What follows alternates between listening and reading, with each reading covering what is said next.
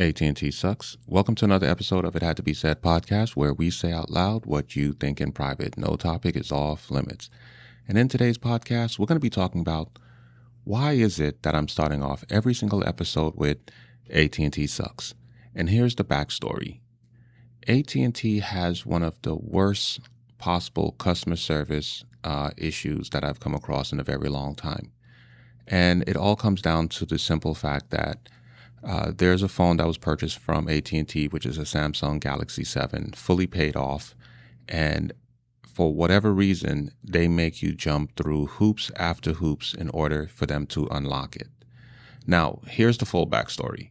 For those of you who know or don't know, I have a loan office here where we let people borrow money against their vehicles, and we do all types of different loans. We're a consumer finance company. So it's safe to say that a majority of my clients that come to see me are people, their backs against the walls financially and they need help. So I have this one particular client who came in and said, look, I have, I needed an extra money, but they didn't qualify for it. And he said, I got this cell phone, which is a Samsung Galaxy 7. I've been trying to sell it and I'm not able to sell it. Would you be interested in buying it? And I said, sure. He's like, it's still brand new. It's still in the box. I had got it as a replacement with my insurance. And I had a number connected with it, but I disconnected the number. He's with AT&T. He has about 3 phone lines, an iPad, and everything else like that. So I said, okay, sure. I'll take the phone off your hands. So I bought the phone from him. And after having the phone, we went to unlock the phone. And basically AT&T said, well, the phone, you have to have the phone for at least 60 days after paying it off. And the phone's already paid off before you can actually unlock the phone. So we ended up having to wait like an extra, 3 weeks. And after 3 weeks, the 60-day period had passed, and we went back to AT&T and said, well, AT&T, we need you to go ahead and unlock the phone. AT&T then said, okay, well, you have a balance on your phone bill, on your personal phone bill, and we need you to bring that phone bill up to date before we can actually unlock the phone. And so the gentleman was like, well, my phone bill is not due yet. But AT&T said, well, if you're going to unlock the phone and your bill's going to be due in about a week or so, we need you to, pay the balance before we unlock the phone, which is already paid off. So the gentleman came back to me. He explained to me what happened. And I said, okay, not a problem. I gave him some funds, and he brought his phone balance, back to zero. So, at that point, I was like, okay, great. So we got the receipt and we said, all right, AT&T, let's go ahead and unlock it.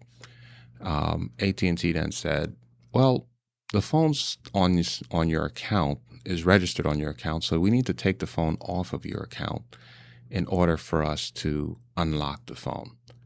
And the guy's like, what do you mean? He's like, AT&T said, well, the phone's registered under your account as a user, so we can't unlock it as long as it's registered to somebody. So you have to take the phone off your account.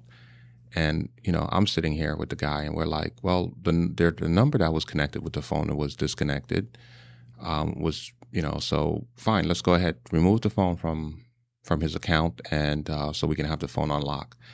And they said, okay, great. So then they removed the phone from his account and they said, okay, we're going to send you an unlock code. And the first day they sent us this unlock code. They sent us an email saying, okay, your phone's unlocked and here's your unlock code. Welcome and let's get this process started. Unlock code. So it says unlock code in the email. Literally it says unlock code. And then it says unlock code is, and then it goes unlock dash code dash not dash sent. Basically the unlock code is not sent. The season hasn't even started, but everyone's already picking a champion. Trade those predictions on Kalshi, America's #1 prediction market platform. Right now, the Rams are the favorites and trading at 16% to win it all, meaning a $100 trade pays out $590 if they lift the trophy. Download the Kalshi app and use code HOOPS to get $20 when you trade $20. KALSHI. Kalshi. Trade on anything. 18 plus only. Restrictions and eligibility requirements apply. Event contract trading involves risk and may not be suitable for all investors. Kalshi products are not available in all jurisdictions. Prices, values, and available markets may differ from those mentioned. For more information, see kalshi.com/regulatory.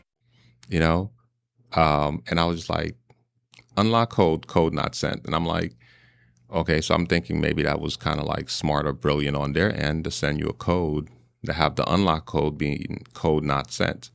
or unlock code not sent. And I'm like, okay. So we tried it and it wouldn't go because it needs numbers. So I'm like, okay, what's going on here?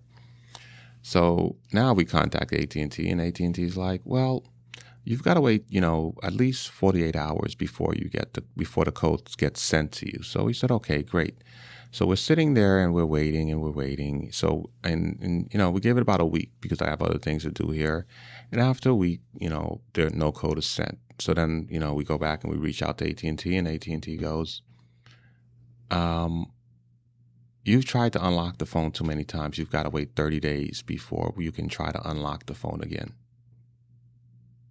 Literally, that's, and I've got all the paperwork. I did a short video on that. I posted on Instagram and YouTube, and you guys can check it out as part of my reels. And at that point, I was just like, okay, the phone is fully paid off. It doesn't belong to AT&T anymore. It belongs to this gentleman, and he's trying to make some extra money. I don't understand why this cannot be taken care of. So I decide, you know what? I need to have I already have the receipts. I have the emails, but I'd rather just try to talk to somebody and have a paper trail. So I said, let me DM them on Instagram.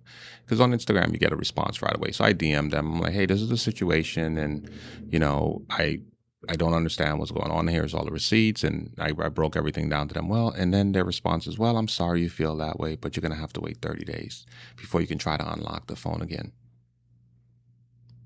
So at that point, I'm like, okay, customer service just sucks and this makes no sense to me, right? And so I told him, I said, at this point, I don't think that this unlocking is going to happen. So this phone, which is a Samsung's a Samsung Fold 7, I'm like, okay, this is just going to be a paperweight. So I literally emailed them, you know what? I don't care about the phone anymore. I don't think I'm going to get this unlock code. At this point, this phone is just a piece of paperweight. My only intention at this point now is really just to aggravate the crap out of AT&T and I told them I'm going to lose $1,200 on this phone. It's a $2,000 phone, but I'm going to lose $1,200 on this phone, which is what I paid for it. But you're going to lose more, because I feel like if I can just take one customer away from them, I've made my day. I've made my money back, and so I say to them, at this point, I'm going to dedicate my podcast and anything I post on social media towards targeting AT&T. And they're like, well, we're sorry you feel, and then they literally send me a response back on Instagram. Well, we're sorry you feel that way. You have a great day. That's it. So I posted a short video explaining the whole process. It was reshared about 1,000 times. It was reshared and we got about 5,000, 6,000 views. And I'm like, okay, that's okay. But, I don't feel like it did a big enough dent. So I ended up getting the email for the CEO and I sent them, I went on, after I posted the video, I went back to Instagram to the DM. I sent them a link to the video to show them, look, I made this video. I'm dead serious. And, giving them a chance to resolve it too, but I knew it wasn't going to happen because there's different levels of customer service, and AT&T's already shown you that they don't really care about customer service. That also explains why they're no longer the leading wireless, one of the leading wireless providers in the United States because of the level of customer service and stupidity that they have going on with how they deal with de-escalation. So I send them a link to my Instagram post that I did.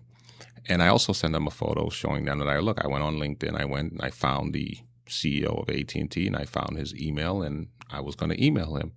And so I said, okay, great. So no response because, I kind of understand at this point because they know that I'm doing social media. They know that I'm going to be posting any responses that they have. So they decided we're just going to look at it, but we're not going to respond because we don't want to give them ammunition, which is give me ammunition to use against them when I do my podcast or my social media posts, which I understand is business. Now, at this point, I said, okay, great. That was on a Friday or Thursday. So I said, okay, well, I'll wait till Monday and I'll email the CEO. So on Monday, I emailed the CEO. I sent him a link to the video, to my Instagram, to the video, to the post that I've done. And since then, I've done like 4 or 5 videos where I just started off with AT&T sucks. And I ended with AT&T sucks, right? And I decided, okay, I'm going to give him about 4 days. So today's Thursday, and I gave him, I was trying to give him till Friday, but today's Thursday. It's been 4 days. No response, no courtesy like, hey, from their office or anything else like that. And, you know, here's the thing that kind of bothers me. AT&T is a big company, right? Walmart is one of the largest retail companies in the entire world. And I used to be a district manager for Walmart. And we have this thing called a letter to the president. So whenever you go to Walmart and you have a complaint or you have a problem and you call the 1-800 Walmart number and you make a formal complaint about a store in particular and you give them details, they have this thing that they call a letter to the president. So what happens with the letter to the president, you call and you report a particular store. Now, let's say that store is in the South Florida area, right? So that regional manager is going to get an email. And then from the regional manager, the district manager also gets an email. And then the store manager gets an email for the store where the incident occurred.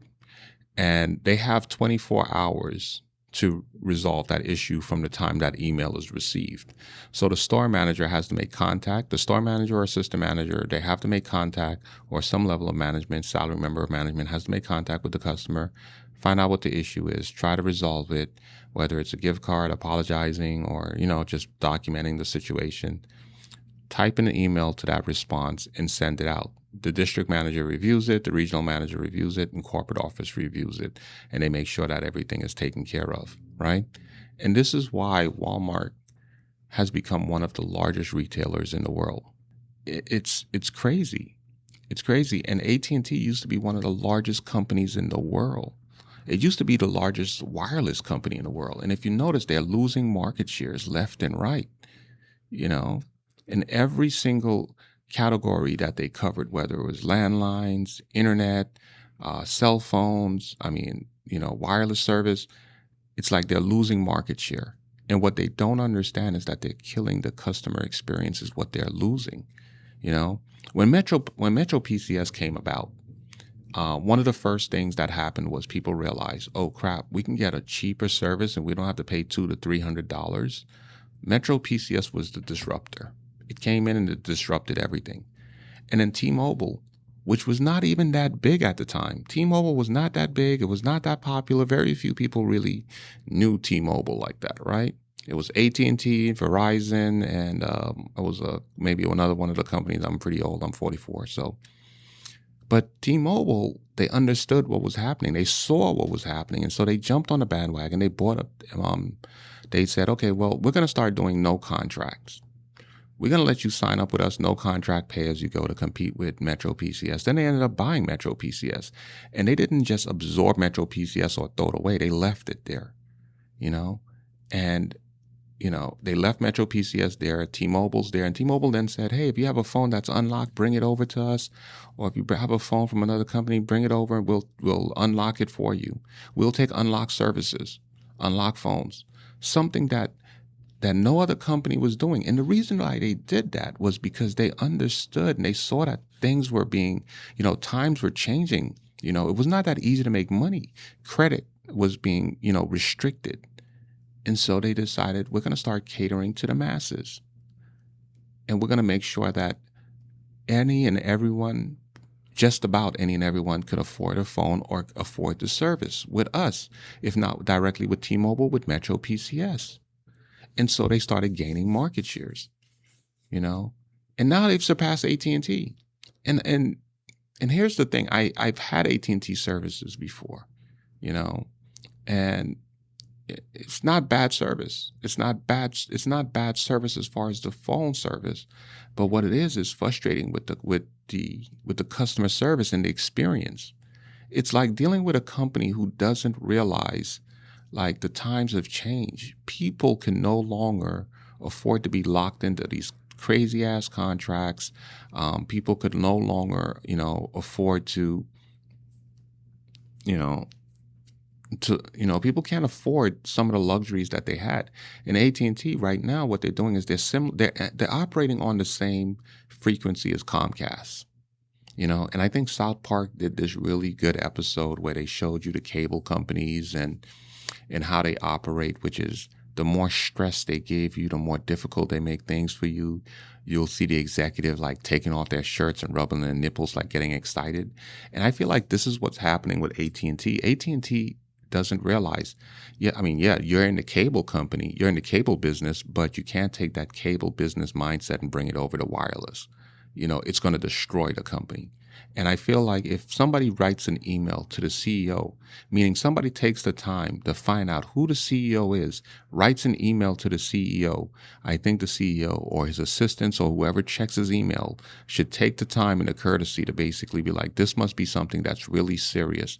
And for somebody to take their time and write a letter to the CEO of the company to find their email and send them an email.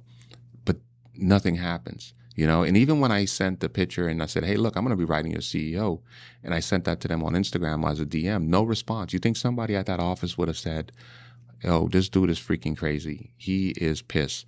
He owns the phone. We don't own the phone. He don't owe us any money. Just give him the goddamn code and let him go, because he's gone as far enough. Not only does he own a podcast, he's done a video on social media. He's gone and looked up the CEO information. Get this out of my head. I don't want to deal with this. But no, you know why there was not a sense of urgency? Because they understand the culture of the company. Nothing's going to happen. The CEO is not going to respond. Nobody is going to get fired. Nobody's going to get yelled at. And they're just looking at it like, well, let him do what he does. The company doesn't care, so why should we? It's not like anybody's going to get in trouble. That's the culture, and it starts at the top. AT&T sucks. Ladies and gentlemen, have an awesome day.